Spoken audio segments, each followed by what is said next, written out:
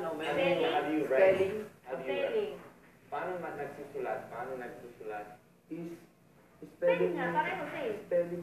Spelling. Paano Pero, Anong Tagalog ng spell? mahirap yung spelling. Anong Tagalog ng spell? Tagalog. Spell. What? Yun ba? Meron yan eh. Pakibaybay. Ay, Bye-bye? Pero ginagamit natin as in spell lang, di ba? Pero ang totoo niyan, big word niya sa Tagalog, pakibaybay. Baybayin mo ang salitang ganito. Baybayin spell. Bye-bye. Pakibaybay. Spell na lang. sabihin, how do you spell? Paano baybayin ang salitang ganito? Bye-bye. Tama right ka. Baybayin. Yes. Baybayin. Bigyan ng bago ah. Paano bye-bye? Baybayin ang salitang ganito. Paano bye-bye? Yan.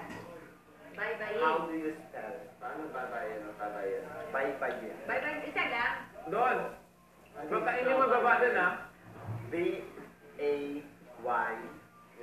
B-A-Y-B-A-Y-I-N. Bye. October na.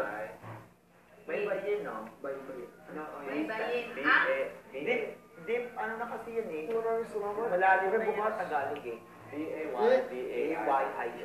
Baybayin. B-A-Y-B-A-A-I-N.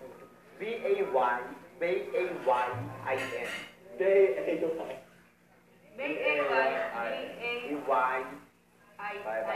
Bye-bye. Paano bye-bye?